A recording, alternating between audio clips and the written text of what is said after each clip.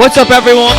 Welcome into the first ever Doncast, podcast about Dons, hosted by a Don, featuring Dons, starring Dons, I should say, and produced by Dons. I'm your host, Adam Jahns, class of 2001. You can read me on theathletic.com and find me in the Hoge and Jahns podcast on YouTube and Spotify, everywhere you can find your podcasts. I'm happy to do this. This episode's producers are Danny Berg, class of 23, and Jack Dennis, class of 24. Wow, that makes me feel old. But here we go. Our first guest is a special one. It's a great one. He's not going to like me saying this, but I don't think we're doing this without Pete Newell here, class of 67. I don't think we're talking about the Dons at all without Pete. He was the chairman of the board for 4 years. Big transition for Notre Dame. So let's welcome in Pete Newell, class of 67. What's going on, Pete? Glad to be here, Adam, and glad to be part of the inaugural effort. Let's let it roll. Let's go. I don't want to talk about those, call them dark days or those transition days yet. I want to talk about your football team in 1966. Let's start there. An undefeated record. Was it 9-0 back then, 8-0? It was 9-0. Yep, you had it. No state playoffs. Take me back to that year. Like, how special was that class? I've heard stories about them before, but you were one of the star members of that team. It was a special class, and it was a special year. Joe Yanto had been the great coach up until our freshman year. After our freshman year, he went down to Notre Dame and with Eric Parsegian, and Fran Willett came in. And there was some rebuilding that had to be done, and he took the bull by the horns and got it done. Our class always had good success, but it was a whole new experience that senior year when it all came together.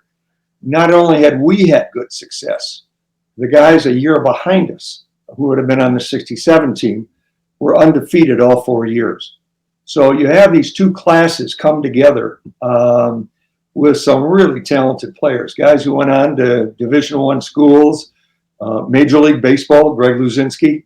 And we had just whatever a football team needs.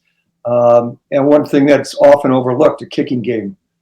We had a world-class kicker in Steve Hurley. He ended up setting all sorts of conference records, went down to the University of Arizona, played down there for 4 years. We had a great punter. We had a great return man in Owen Baller. So there were a lot of ways we could score. There were a lot of things we can do.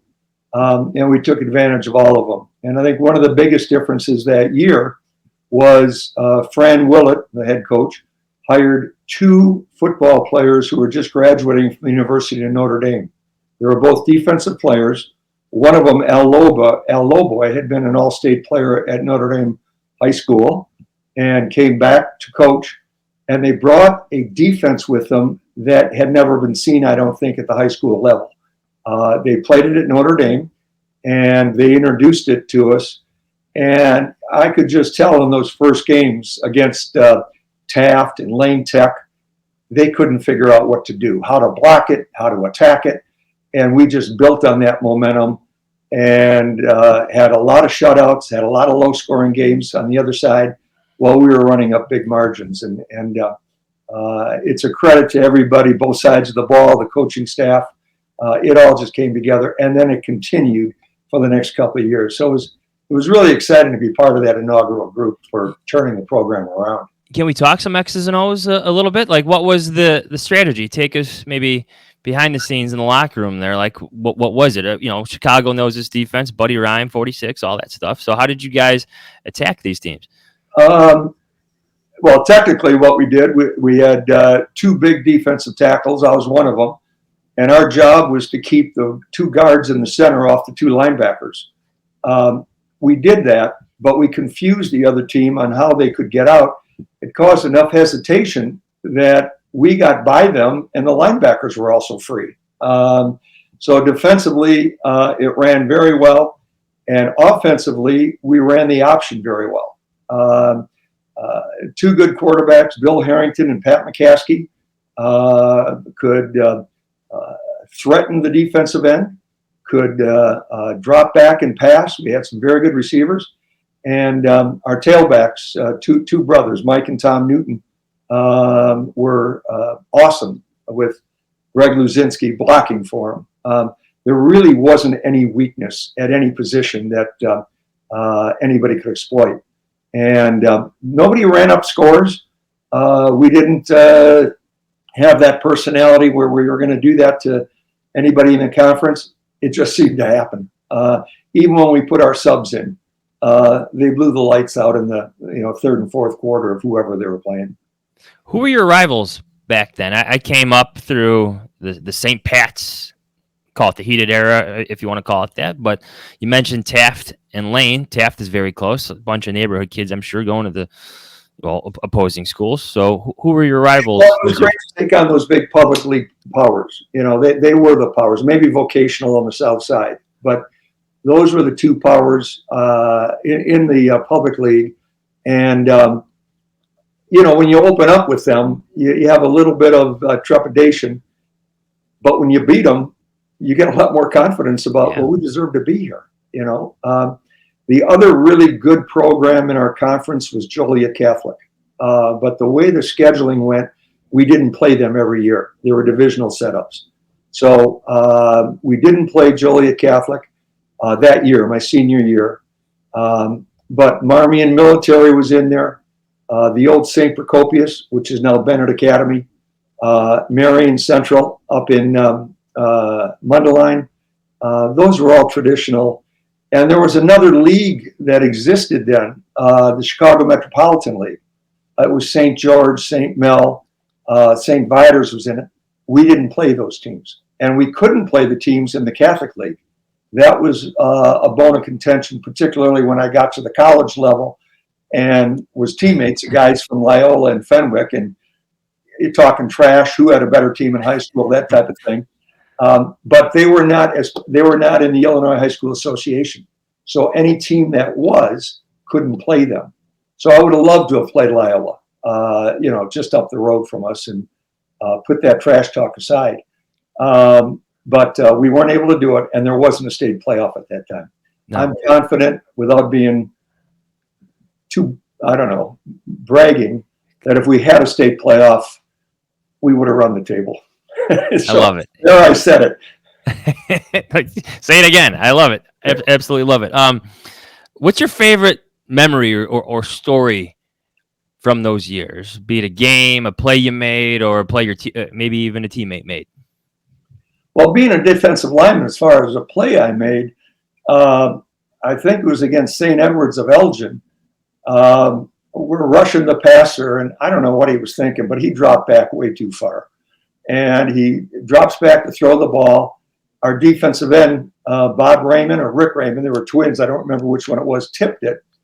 I caught it, and it was nothing but clear field in front of me. And I thought, do not drop it, do not trip, do not just get to the end zone. I got to the end zone. I had never been there before. I ran through it, ran back side to side just to make sure that the refs knew that I, had scored. So that was a highlight, being a defensive lineman, being able to intercept a pass and take it back, 35 or 40 yards for a touchdown. It didn't get much better than that. That run must have felt a bit long, though. What's that? That run, that will be a pick six, right? I mean, must have felt a bit long into the end zone, right? I wasn't even thinking about it. Yeah. The feet took over, and I was going. So it wasn't until I got to the end zone that I thought, now what do I do with it? And I just started running, not circles, but I wanted to make sure that I left my footprints. What was recruiting like back then? You become this college prospect, a big-time college prospect, and like nowadays, there's like recruiting services. Every kid's got his own web page. He's on Twitter with his social media accounts, and his GPA's even up there. But like back then, what was it like for you? It was a lot different than it is today. You're absolutely right. There wasn't the recruit these kids when they're coming out of 8th grade and, stay after them. We had early success, and we had good visibility and publicity. And there were big articles on us in the Chicago Tribune, for instance. They picked up on our offensive backfield, the guys that I mentioned being as good as they were, and they tried to make them like the four horsemen from Notre Dame. We went out to a stable, and these guys got their football uniforms on, and they're sitting on these horses, and they're taking pictures of them. And Coach Willett had put me up as a potential candidate for honors, and I got mentioned in that. And then I had a good game later in the year, and I became the player of the Chicagoland area by the Daily News. Those types of things are what college coaches responded to. There weren't scouting combines, there weren't syndicates. They were reading the papers, who's doing well, who are these guys?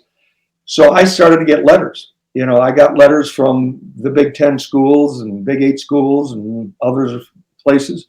And you respond to them, and you get the ball going. You get the phone calls at night from different coaches. You got to keep your head on right because you're part of a team, and you're lucky to be where you are. Then you start to willow things that I don't want to go that far. I don't want to play for that type of a program. I don't want to do this or that. Coach Willett gave me good advice. At the time it seemed pretty good. I was being recruited by some Big 8 schools, and where the Big Ten could only give out a smaller number of scholarships at the time. I think it was something like 25 per year. They were giving out like 40. And at the end of the practices, there was a special practice for the freshmen on the Big 8 teams to weed out everybody. And after I got enough interest from other Big 10 schools, Coach Willett said, no, you don't have to go to Missouri because of me and take a look at it. You don't have to go here. Stick with what you're doing. You're on the right path. So, you get good advice. You get help along the way. It all adds up. It all makes a difference. So why was it Michigan? Like, why was the Wolverines the best choice for you? I've asked myself that for years, and I still don't have the right answer. One of the things that was interesting, the coach that called me to recruit me from Michigan, big Southern drawl. He was from Texas. And I thought he said he was from Mississippi when he started the conversation. And I'm listening to this, and he's talking softly. So we want you to come up here to Ann Arbor and visit us. And I thought, wait a minute, this isn't Mississippi, this is Michigan. And I had thought, I didn't know what I wanted to do with my life. I had no idea, but I thought maybe law. And Michigan's got a great law school.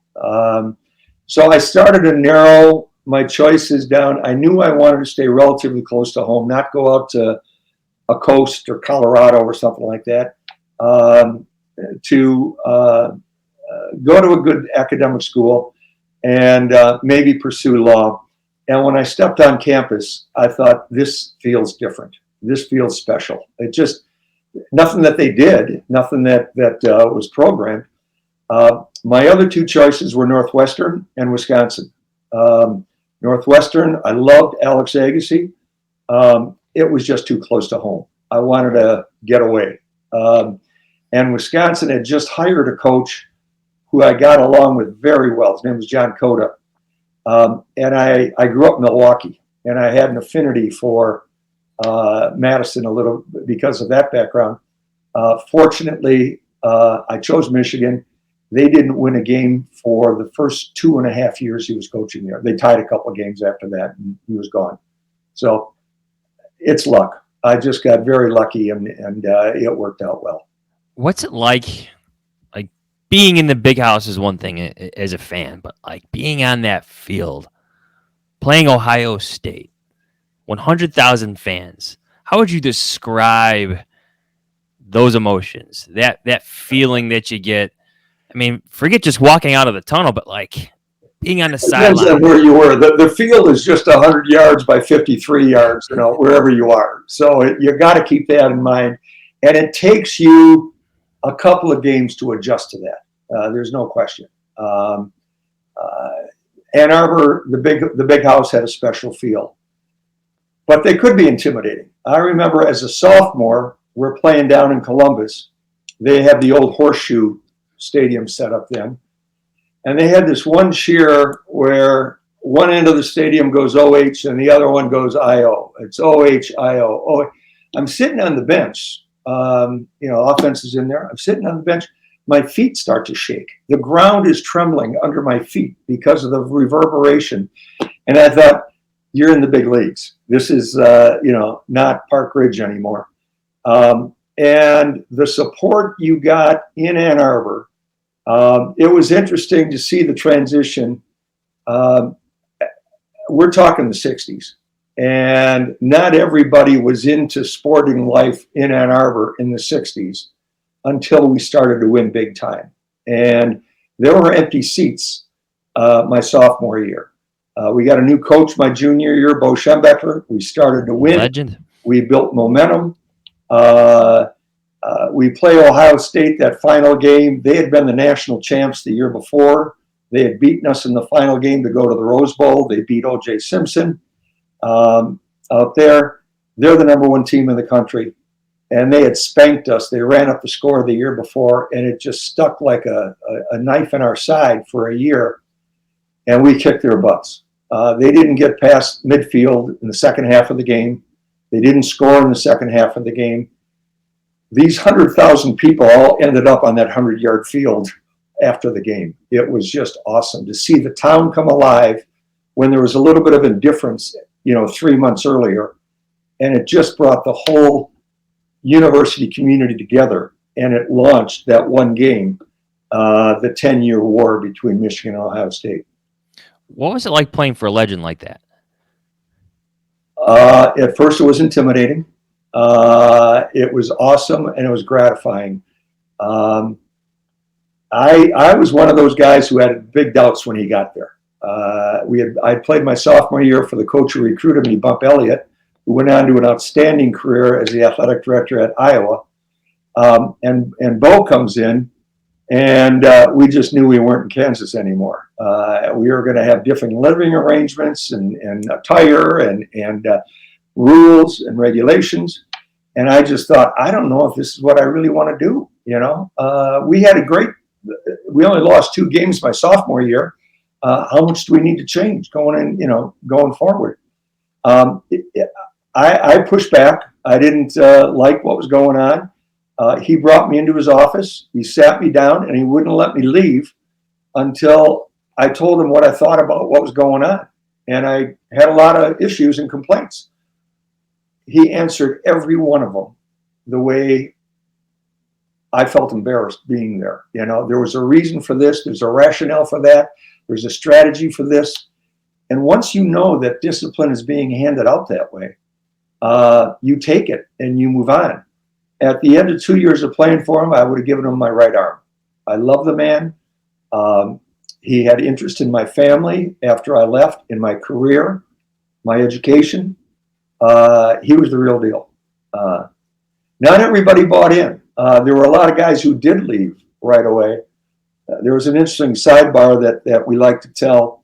When he got there, he put signs everywhere. Those who stay will be champions. It was in our notebooks. It was in our meeting rooms.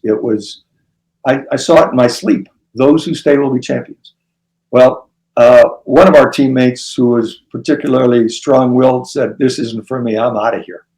But he was waiting every day for his scholarship check to clear. He went down to the bank every morning to see has the check cleared. After 2 weeks, and he'd gone through hell in our winter workouts. He was dying. But after 2 weeks, the check cleared. He walks down to our locker room in the big Yost Field house. And in there is the biggest sign, "Those who stay will be champions." It's 3 feet by 4 feet in maize and blue colors. And the Prue man, this guy, takes his magic marker and "Those who stay will be champions," and he writes below it, "and the rest will be lawyers, doctors, and educators." And he walks out of the building, never to see him again.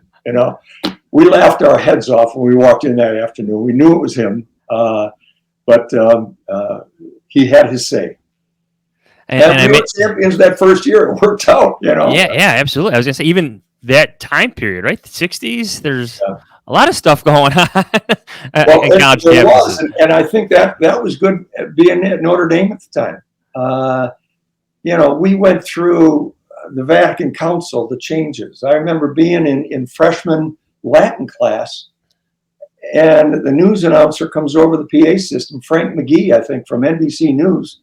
President Kennedy has been shot in Dallas, Texas. Our Father Seidel, our Latin teacher, just was ashen, and the school just got silent. Some went down on their knees and prayed.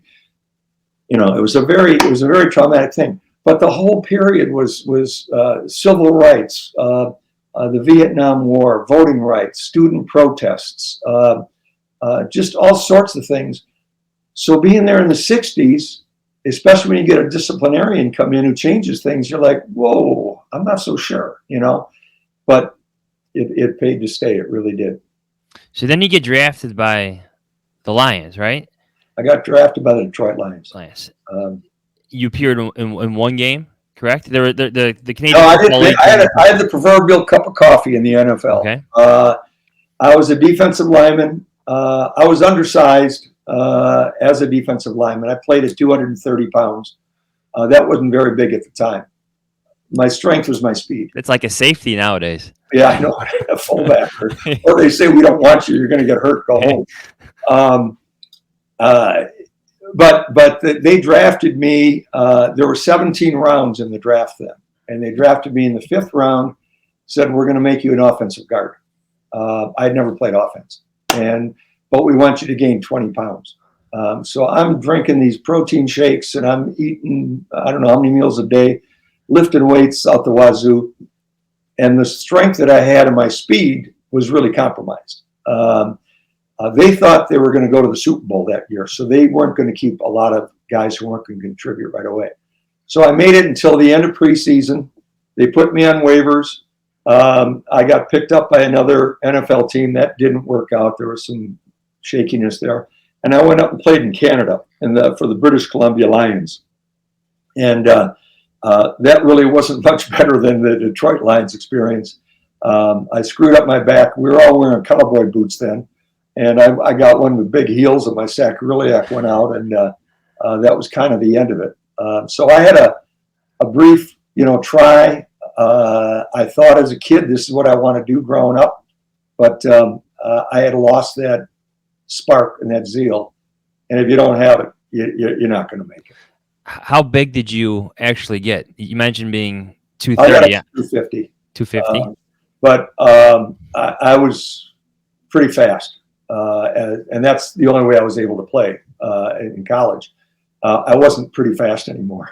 And the first guy I went against in one-on-one practice with the Detroit Lions was Alex Karras. And we had a very lively line coach, Chuck Knox, who went on to a great head coaching career in the NFL. Yeah. And Chuck is pushing me, and I look across the line, and Alex Karras comes out with a helmet with no chin strap on, and it didn't fit. It didn't get down all the way over. He didn't have anything in his legging, no knee pads, no thigh pads, no hip pads. And I turn around and I go back to Coach Knox. Am I really supposed to go against this all-pro? And what if I hurt him? But there was no issue with that. We get out of our stance. I go to block him. He puts his hands in my face mask. I go to block his fingers. He steps into the backfield 10 yards and makes the sack. It wasn't a good start. But it taught me you can't worry about the guy across from you. You just do your job. No. The Chicago in me actually picked up on what you said like a few minutes ago. Did you say Detroit Lions and Super Bowl aspirations? Yeah, that year they did. and it didn't quite work out that way. They cut Alex Karras the week after I got showing my papers. So they were serious about letting a legend like that go. And move onward. What does the Chicago Bears season ticket holder and Michigan alum think about an Ohio State quarterback, leading the Bears nowadays?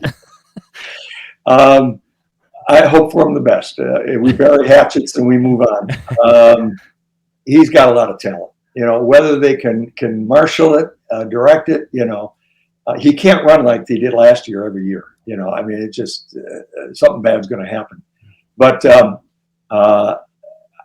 because he's from Ohio State, I look for a lot of flaws. I look for, you're going to screw up in this press conference, or is you going to say something that he handles himself really well. He's the real deal. I have a couple of stories that I won't tell about his experience at Ohio State, but he's the real deal.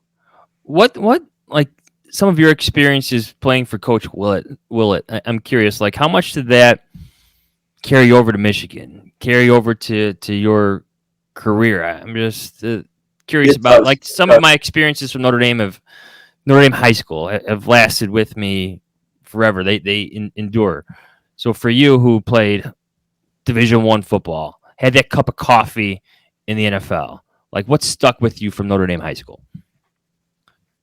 It's hard to explain, but it was a sense that I belong at this next level. I belong here. I was well coached in fundamentals, in teamwork, in awareness of what my role is and how I contribute. When I got to Michigan, there were a lot of guys, trying out on the freshman team, walk-on, scholarship players, all sorts. They weren't as well prepared as I think I was because of Fran Willett. We had the luxury of having a guy named Bill Casey coach us all 4 years. Yeah. Coach Casey had been at Notre Dame, I think, 3 years when we got there, had just become a football coach. He was our freshman coach. He moved up to sophomore level. When we went to varsity, he moved up, and he stayed there our senior year. That continuity and that consistency, I never knew how to value it or evaluate it, but I knew that it was worthwhile and it counted. Coach Willett was demanding, but he was consistent and he was fair. He dropped a couple guys from our team who weren't playing according to the rules, who were contributors, first stringers, and that sent a message. So knowing that we were all treated the same, there were no favorites. We all earned what we got. He was always open-minded. Just because you started the first game didn't mean you were going to start every game that year. You had to perform. And it was a very healthy environment from a competition point of view. And that helped me at the next level. Can you take us through the process when the Holy Cross brothers leave Notre Dame? And I still remember the news that I felt like, oh, no, is this it? Because I'm a Chicagoan, Northwest Sider, and the schools are closing kind of all over the city. And every school seems to be in transition. They ask you to come back. You were a member of the board, become chairman of the board. What were your concerns then? And maybe take us through getting Notre Dame to the point where it is now. Well, it's a long trek. Actually, I didn't start on the board. I started on an advisory board for a strategic plan. The president of the school, Mike Delaney, wanted to get a strategic plan that was necessary and recruited people to contribute. And I had been recruited the prior year, and I was going to be in charge of the athletic approach. What do we want to be? How do we get there? And what decisions need to be made? And while this was going on, we were going to go down to the Holy Cross and ask them for a commitment from them, financial and personnel-wise, as part of the strategic plan. And Father Mike was trying to generate support within the CSCs to have this commitment from them going forward. We had a meeting of this committee, and the Holy Cross was going to meet with us on a Saturday morning, early July in 2016. And the number 2 guy in the order came to deliver the news, sat down with us in the library. There were 11 of us on this committee. Father Mike was not in the room. And he said, well, the Holy Cross has voted, and they've decided to end we're not going to help you with the strategic plan. We're not going to make a financial commitment or personnel commitment. And we have decided that we're going to close the school. We're going to end our sponsorship, and we're going to sell the property at the end of the year. And we're like, where in the hell did this come from? We were not prepared for it, not at all. And there were a few tense moments in that meeting, a couple tough words. When he left, we all looked around and what just happened here? How did we miss this? And we all decided that this is a school, a project, a mission worth continuing, and let's figure out a way to do it. There were almost 760 boys there at the time. There were 100 staff and faculty on board. What were their prospects if this school were to close? So we decided to get on the phone, talk to the Archdiocese, go back and talk to the order, talk to the banks, and get the message out that we're going to keep this school open. There were only 6 weeks to go before the next semester started. We had a hell of a job to do to get out to the stakeholders, the community, the students, their parents, the alums, and say, we're going to keep this school open and we need your help. Had some very difficult meetings in the gym, in the cafeteria, inviting people in. The press came in, other outside observers. And we spoke to the Archdiocese, as I said, and they encouraged us to keep the school open, but they made it very clear, we can't help you. We can't give you any money. We can't give you any personnel. You're going to do this on your own. Actually, that accrued to our benefit. The leeway we had and decision-making we could go through. Once we got started, we talked to another order. We were going to commit, we maintained the commitment to the Holy Cross. This is what got us here. For 50 years, we're going to build on that charism and make it stronger than it's ever been. And we worked on that immediately. But other orders were interested. And we talked to one of them, I remember pretty clearly that conversation, and then relayed that conversation to the Archdiocese. And they said, well, you're the sponsors of the school. It's up to you to make that decision, but we recommend you stay with the Holy Cross. That's been your heritage. People know what it means. You know what it means, and you know how to build on that. So we did that. We stayed all boys. We were thinking about for 10 minutes, before we realized it's a bad idea going co-ed. And we were going to make it or break it with what got us there, except improve on it. 11 people, nobody was an educator. We were public relations people, business owners, finance, marketing, and we just put our heads together and rolled up our sleeves. We hired Father Smith, who had been running Maryville up until the year earlier. He came in as our new president in January of 2007. And that was a vote of visibility and confidence. He had been the biggest fundraiser in the Archdiocese.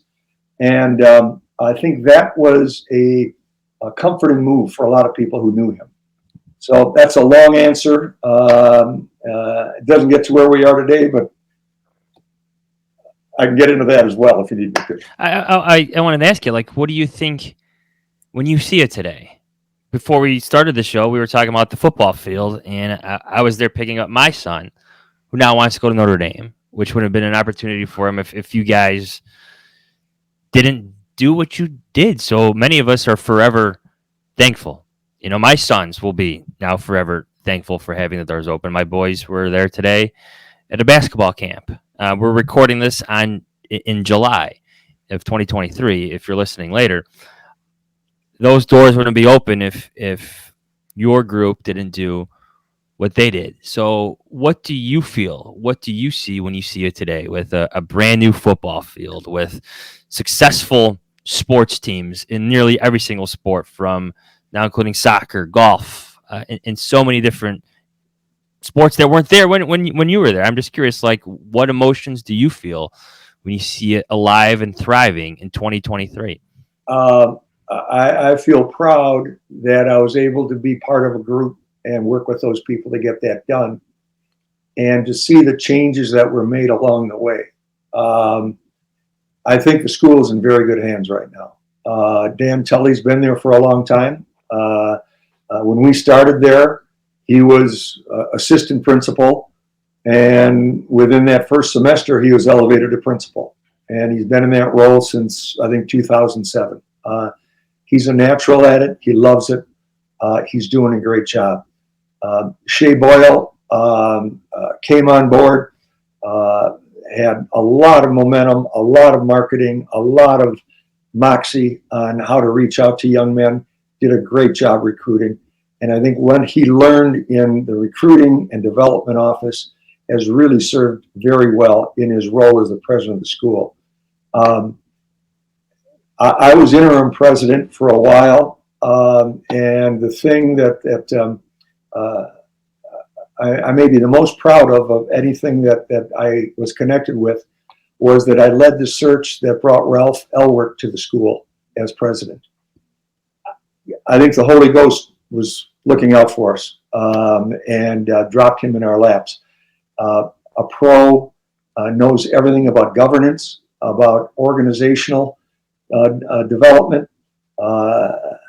did a great job in finances, recruiting.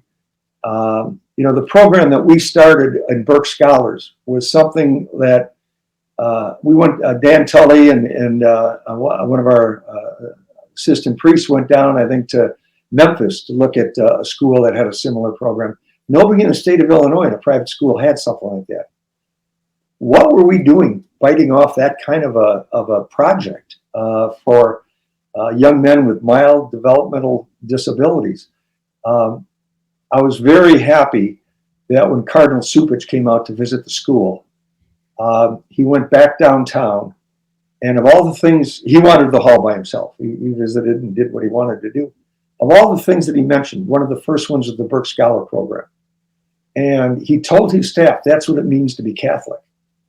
And it was a really powerful endorsement of what the school was about and where it wanted to be. And it's just continued on that. I know the 8th grade classes coming in have been very strong the last 2 years. I think it must be a struggle with the enrollment not being what it was when I was there, or possibly when you were there, to staff all the classes. But our guys are getting into good colleges. They're going on to doing what they want. I think it was a good idea that we renamed the school to Notre Dame College Prep. It doesn't mean that everybody has to go on to college, but it means that they're being given the tools to succeed academically at the next level, whether they care to use them or not. I'm really happy with the way the school has developed, in the last couple of decades. With all your time and service put into Notre Dame, is there anybody else you would like to acknowledge, maybe give thanks to over your years spent? The person who kept us moving down the track right away was a PR executive, Paula Waters. And she became the succeeding chair before I was. Paula did a great job in handling the PR, handling the relationship with the Archdiocese. We had an outstanding attorney on that committee, Ralph Nowatorski, who I think was class of 73. We went down for a meeting with the Cardinal. We were having some difficulties at the higher levels, and the Cardinal wanted to meet with us.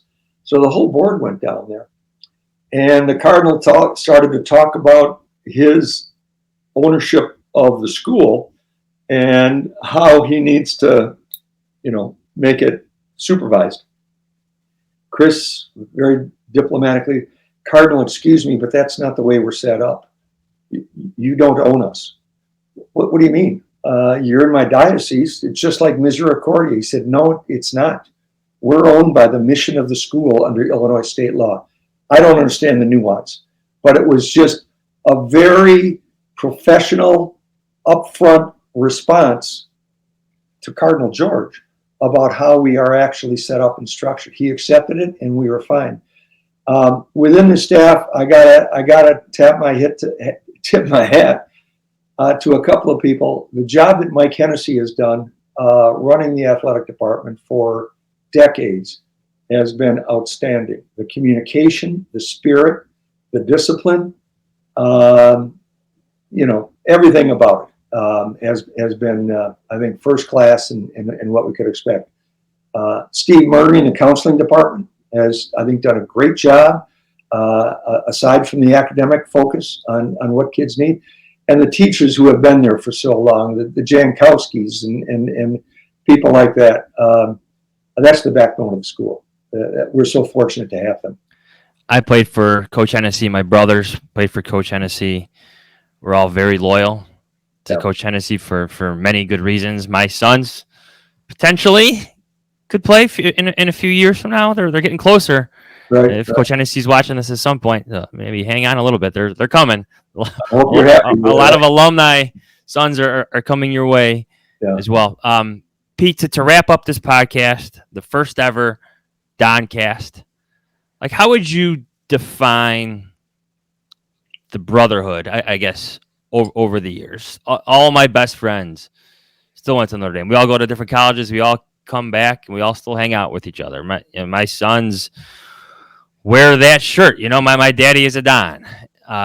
They have that, the green, they love going to the games and sitting in the end zone. I guess for someone who played on an undefeated team in 1966, like, how would you define the Dons, the brotherhood that you feel and is still thriving today?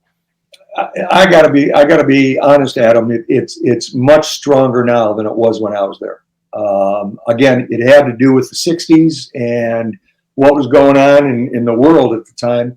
But we don't have the bonds that I see in the hallways right now. And I can't necessarily translate that to other schools. My three boys went to Fenwick. I coached there for a short while. My wife's family went there. It's a great school, and I'm glad my kids went there. But they don't have that brotherhood that Notre Dame has. Maybe because it's all boys, it's a big start. But there's something that is cultivated there on who you are, what's expected of you, and what you should take away. My class steps up. I wish we could step up more to support things like the golf outing. I think we get more guys chipping in a couple $100 to sponsor a hole than any other class. You need a guy, and I've been the needle in our class pushing it. You need a guy in each class to get the mailing list and send out the notices. It builds on itself once you do that. But as far as the brotherhood goes, that's one of the selling features for the school that I think parents should be so satisfied with. I don't see any signs of hazing. I don't see any exclusion. I see big brother programs. I see inclusion, and I want to be part of this. And I've heard that from parents. It's interesting talking to parents whose kids have gone to public schools and are getting exposed to Catholic religion or Catholic culture for the first time. They buy into it. I mean, they are on board. Something good is happening, and I really want to see it continue. Pete, it's been my pleasure. It's been good to get to know you a bit. Thank you so much for being part of this first Doncast. There's more coming for those listening for the first time. This is the first of maybe 5 or 7 episodes coming this year that we're going to do. I think every year with different alumni. I'm happy to be the host here, but thank you, Pete. Thank you to including me and honoring me with this opportunity. It was fun. And please check out the episodes coming down the line. I want to thank Danny Berg, class of 23, Jack Dennis, class of 24, for producing this show. And it's fun. So please check out the Doncast. Please hit subscribe, I think, on the YouTube. That's how we do it on Hoge and Jahns. And be sure to follow along for more. Thanks, everybody. Thank you.